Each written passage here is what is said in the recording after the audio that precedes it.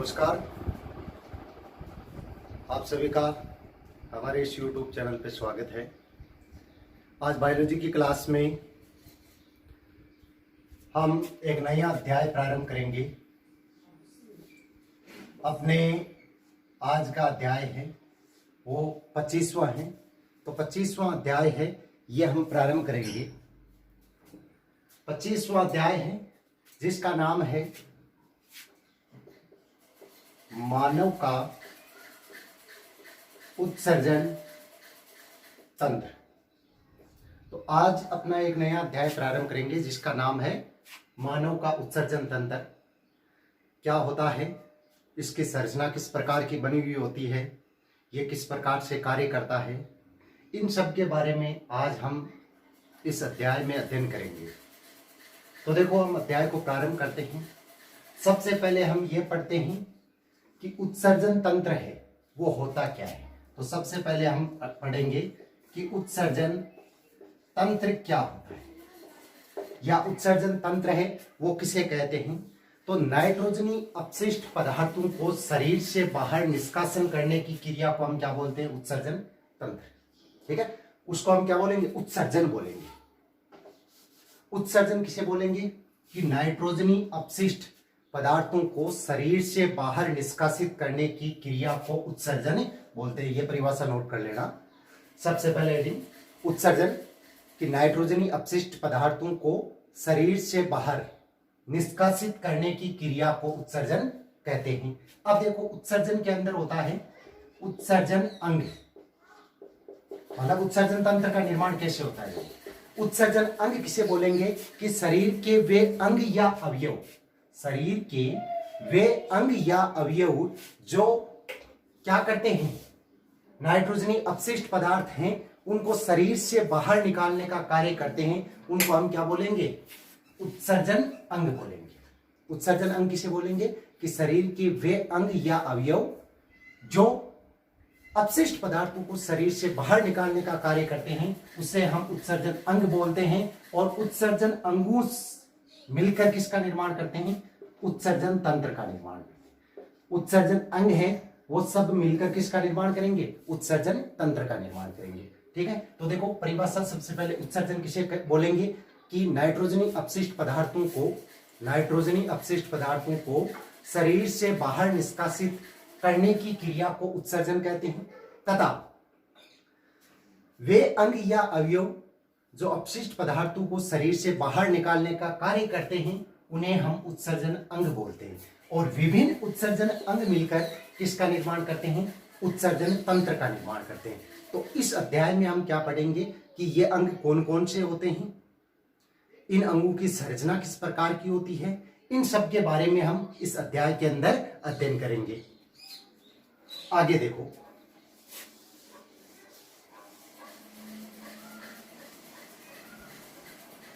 सबसे पहले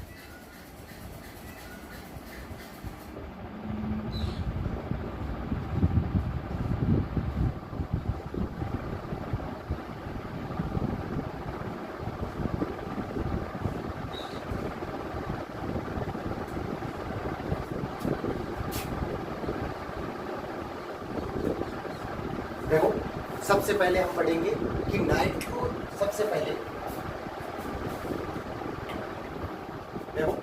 नाइट्रोजनी अपशिष्ट पदार्थों का उत्सर्जन। ठीक है, वे कौन कौन से पदार्थ हैं जिन्हें शरीर से बाहर निकालना अत्यंत आवश्यक है। यदि ये पदार्थ शरीर के अंदर रह जाते हैं तो ये क्या करते हैं? शरीर को हानि पहुंचाते हैं। ठीक है, या हम ये कहें कि ये अत्यंत ही हानिकारक पदार्थ होते हैं जो शरीर को नुकसान पहुंचाते हैं। तो उन पदार्थों के बारे में हम पढ़ेंगे जिसमें सबसे पहला पॉइंट है अपने अमोनिया। सबसे पहला अमोनिया, कि अमोनिया होता क्या है और किस प्रकार से ये शरीर के लिए नुकसानदायक होता है। तो अमोनिया में देखो, अमोनिया प्रोटीन और अमीनो अम्लों का अपघटन, प्रोटीन व अमीनो अम्लों के अपघटन से उत्पन्न होता है। किसके उत्पन्न होता है? अमीनो अम्लों के अपघटन। ठीक है, अमोनिया प्रोटीन व एमिनो अम्लों के अपघटन से उत्पन्न होता है। ठीक है, सबसे पहला ये प्रश्न एक बनता है कि अमोनिया का निर्माण किससे होता है। प्रश्न बनता है कि अमोनिया का निर्माण किससे होता है, तो प्रोटीन व एमिनो अम्लों के अपघटन के द्वारा अमोनिया का निर्माण होता है। ठीक है, प्रोटीन व एमिनो अम्लों के अपघटन के द्वारा किसका निर्माण होता है, अमोनिया का निर्माण होता है। अब देखो अमोनिया होता है, ये क्या होता है कि शरीर के लिए अत्यंत हानिकारक होता है, या हम ये कहें कि अमोनिया क्या होता है, अत्यंत ही विषैला होता है, जो शरीर को बहुत ज्यादा नुकसान पहुंचा सकता है, इसलिए इसे शरीर से बाहर निकालना आवश्यक होता है। ठीक है, अब क्या होता है कि जिन जीवों में, मतलब यदि हम ये कहें कि वे जंतु जिसमें नाइट्रोजनी अपशिष्टों का अमोनिया के रूप में उत्सर्जन होता है, देखो एक परिभाषा नोट करना, अमोनोटेलिक, एमोनोटेलिक जंतु किसे बोलेंगे, तो वे जंतु जिनमें नाइट्रोजनी अपशिष्ट के रूप में अमोनिया का उत्सर्जन होता है उसे हम अमोनोटेलिक जंतु कहते हैं। अमोनोटेलिक, ये परिभाषा इंपॉर्टेंट है कि अमोनोटेलिक जंतु किसे बोलेंगे, तो वे जंतु जिसमें नाइट्रोजनी अपशिष्ट के रूप में अमोनिया का उत्सर्जन होता है उसे हम क्या बोलेंगे, अमोनोटेलिक जंतु। और अमोनोटेलिक यदि जंतुओं का उदाहरण पूछे तो आपको पोरीफेरा, प्रोटोजोआ और एनेलिडा, पोरीफेरा, प्रोटोजोआ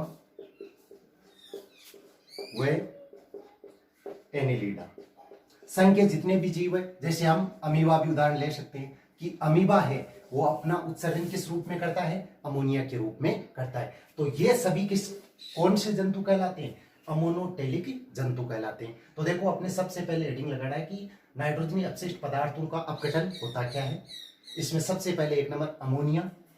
अमोनिया में अपने को लिखना है कि प्रोटीन व एमिनो अम्लों के अपघटन से अमोनिया का निर्माण होता है। यह अत्यंत ही हानिकारक होता है, यह अत्यंत ही विषैला होता है, इसलिए इसे शरीर से बाहर निकालना अति आवश्यक होता है।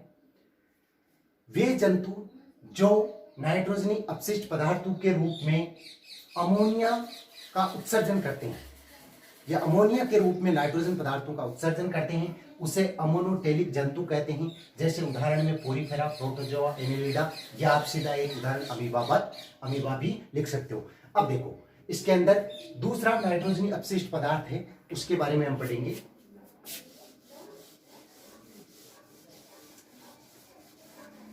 पहला हो गया अमोनिया, अब देखो दूसरा,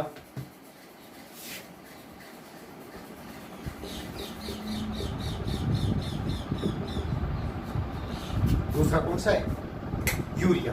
ठीक है, तो यूरिया क्या होता है कि हमने पहले पढ़ा अमोनिया। ठीक है, तो अमोनिया से क्या होता है, कम हानिकारक होता है। यूरिया क्या होता है, अमोनिया से कम हानिकारक होता है। ठीक है, और अधिकांश स्थलीय जंतु हैं वो क्या करते हैं, अमोनिया को यूरिया में बदल देते हैं। ठीक है, यूरिया होता क्या है कि अमोनिया से कम हानिकारक होता है, इसी कारण से अधिकांश स्थलीय जीव क्या करते हैं, अमोनिया को किस में बदल देते हैं, यूरिया में बदल देते हैं। क्योंकि यदि मान लो शरीर के अंदर अमोनिया रहेगा तो वो क्या करेगा, शरीर को ज्यादा नुकसान पहुंचाएगा या शरीर को ज्यादा हानि पहुंचाएगा।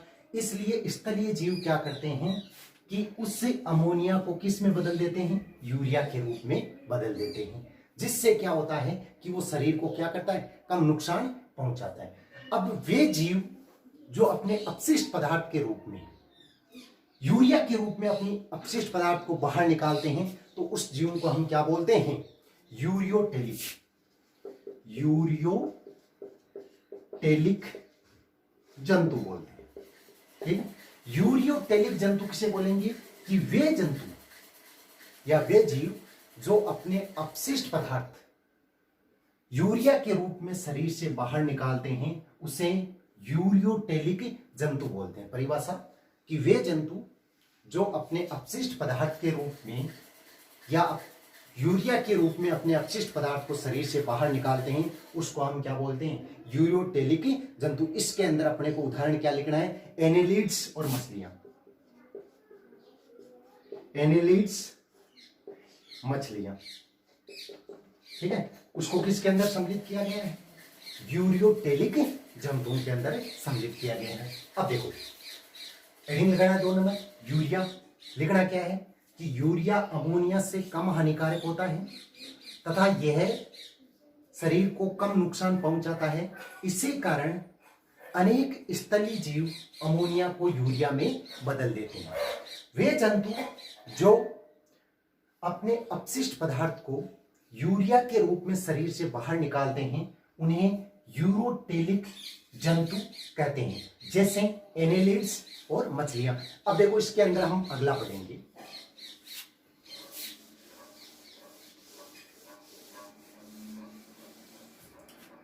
तीसरा है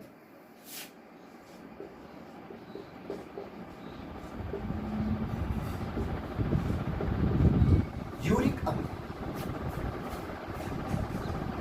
देखो यूरिक अम्ल क्या होता है?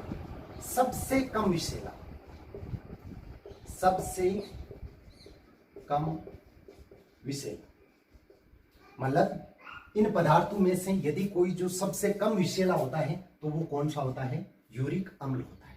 ठीक है, यूरिक अम्ल क्या होता है? सबसे कम विषैला होता है। इसी कारण यूरिक अम्ल है शरीर के अंदर है वो अधिक समय तक रह सकता है। शरीर के अंदर क्या होता है? ये अधिक समय तक रह सकता है। क्यों रह सकता है? क्योंकि ये क्या होता है कि सबसे कम विषैला होता है। अब देखो कि वे प्राणी जो अपने उत्सर्जी पदार्थ के रूप में यूरिया या यूरिक अम्ल को अपने उत्सर्जी पदार्थ के रूप में शरीर से बाहर निकालते हैं, उन प्राणियों को हम क्या बोलते हैं? यूरिक अम्ल उत्सर्जी प्राणी। यूरिक अम्ल उत्सर्जी, यूरिक अम्ल उत्सर्जी प्राणी। ठीक है, यूरिक अम्ल उत्सर्जी प्राणी हम किसको बोलेंगे? कि वे जीव या वे प्राणी जो अपने अपशिष्ट पदार्थों को यूरिक अम्ल के रूप में, यूरिक अम्ल के रूप में शरीर से बाहर निष्कासित करते हैं, उसको हम क्या बोलेंगे? यूरिक अम्ल उत्सर्जी प्राणी कहेंगे। तो इसके अंदर आप उदाहरण है वो क्या लिख सकते हो? पक्षी, कीट, सरीसृप। ठीक है, ये क्या है? अब देखो दोबारा सुनना एक बात कि यूरिक अम्ल तीसरा है पदार्थ, कौन सा है? यूरिक अम्ल। ये क्या होता है? यूरिक अम्ल सबसे कम विषैला होता है, इसी कारण यह शरीर में अधिक समय तक रहता है। वे जीव जो अपने अपशिष्ट पदार्थ को यूरिक अम्ल के रूप में शरीर से बाहर निकालते हैं उन्हें यूरिक अम्ल उत्सर्जी प्राणी कहते हैं। जैसे उदाहरण अपने को क्या लिखना है इसके अंदर? पक्षी, कीट और सरीसृप। अभी देखो हमने सबसे पहले क्या पढ़ा कि उत्सर्जन क्या होता है। ठीक है, उसके पश्चात हमने क्या पढ़ा? उत्सर्जित अंग किसे बोलते हैं और अंग मिलकर किसका निर्माण करते हैं? उत्सर्जन तंत्र का निर्माण करते हैं। उसके पश्चात हमने पढ़ा कि नाइट्रोजनी अपशिष्ट पदार्थों का उत्सर्जन किस प्रकार से होता है। तो उसमें सबसे पहले हमने अमोनिया के बारे में पढ़ा, दूसरा हमने यूरिया के बारे में पढ़ा और तीसरा अपना कौन सा था? यूरिक अम्ल। यह था नाइट्रोजनी अपशिष्ट पदार्थों का उत्सर्जन किस प्रकार होता है या नाइट्रोजनी पदार्थ कौन कौन से होते हैं जिन्हें शरीर से बाहर निकालना आवश्यक है। जिसमें अमोनिया होता है वो सबसे ज्यादा हानिकारक होता है और सबसे कम हानिकारक कौन सा होता है? वो होता है यूरिक अम्ल होता है। अब देखो आगे हम क्या पढ़ेंगे कि मनुष्य का उत्सर्जन तंत्र किस प्रकार का बना हुआ होता है। मनुष्य का उत्सर्जन तंत्र है वो किस प्रकार का बना हुआ होता है, उसकी संरचना किस प्रकार की होती है और वो किस प्रकार से कार्य करता है। ये कंप्लीट हम आगे का जो वीडियो आएगा उसके अंदर देखेंगे। ये टॉपिक छोटा था इसलिए ये वीडियो मैंने छोटा बनाया है। अब नया टॉपिक स्टार्ट होगा मानव का उत्सर्जन तंत्र, जिसको हम चित्र बना के कंप्लीट उसका नामांकन करके उसके विभिन्न भागों के कार्यों के बारे में विस्तार से अध्ययन करेंगे। ये हम पढ़ेंगे अगले वीडियो, कल जो वीडियो आएगा उसके अंदर पढ़ेंगे। आप लोग नियमित रूप से ये वीडियोस देखते रहें, ठीक है, और अपने जितने भी साथीगण हैं उनको भी ये वीडियो शेयर करें। धन्यवाद।